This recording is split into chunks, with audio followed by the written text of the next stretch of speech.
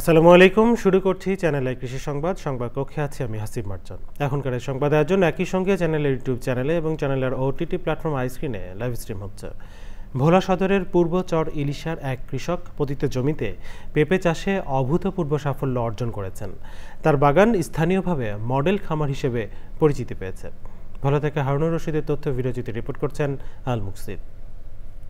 ভোলা সদর উপজেলার পূর্ব চর ইলশার বাঘারহাওলার কৃষক মিলন মাঝি একসময় পতিত 180% জমি আজ পেঁপে বাগানে রূপ নিয়েছে। তিনি টপ লেডি জাতের প্রায় 300টি পেঁপে চারা রোপণ করেছিলেন সার্জন পদ্ধতিতে, যা স্থানীয় ভাষায় পরিচিত আট পদ্ধতি নামে।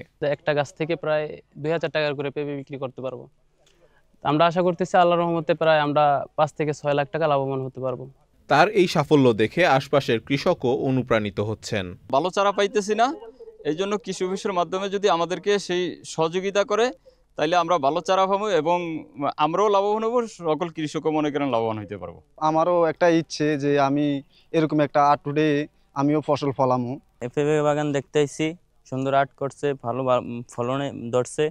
তা আমাদের জমিন আছে, আমরা আর্ট করে এই পেঁপে গাছ লাগাবো।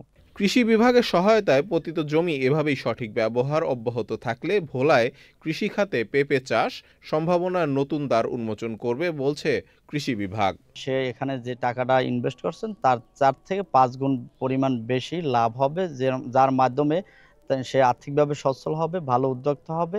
অর্থনৈতিক উন্নয়নের পাশাপাশি এ ধরনের উদ্যোগ গ্রামীণ জীবনে এনে দিচ্ছে নতুন উদ্যম ও আশার আলো।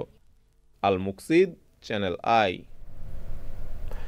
মানিকগঞ্জে বিনামূল্যে কৃষকদের সার বীজ বিতরণ করা হয়েছে। মানিকগঞ্জ সদর উপজেলার অফিসার্স ক্লাবের সামনে উপজেলার জাগির ও দিঘি ইউনিয়নের 9620 জন কৃষকের মাঝে 10 কেজি করে ডিএপি ও এমওপি সার এবং 1 কেজি করে সরিষা বীজ বিতরণ করা হয়। এ সময় জেলা প্রশাসক ডক্টর মনোহর হোসেন মোল্লা, জেলা কৃষি সম্প্রসারণ অধিদপ্তরের উপপরিচালক শাহজাহান সিরাজ সহ অন্যরা উপস্থিত ছিলেন। 2025-26 অর্থ বছরে মশলার উন্নত জাত ও প্রযুক্তি সম্প্রসারণে গাইবান্ধার গোবিন্দগঞ্জে কৃষকদের প্রশিক্ষণ কর্মশালা হয়েছে। এতে প্রধান অতিথি ছিলেন জেলা কৃষি সম্প্রসারণ অধিদপ্তরের জেলা প্রশিক্ষণ অফিসার আসাদুজ্জামান। উপজেলা কৃষি কর্মকর্তা মেহেদী হাসানের সভাপতিত্বে কৃষকদের প্রশিক্ষণ দেন উপজেলা কৃষি সম্প্রসারণ কর্মকর্তা আজিদা আক্তার শেবু ও মোহাম্মদ হাদিসুর রহমান। মশলার উন্নত জাত ও প্রযুক্তি সম্প্রসারণ প্রকল্পের আওতায় 2 ব্যাচে উপজেলার মোট 60 জন কৃষক ওই প্রশিক্ষণে অংশ নেয়।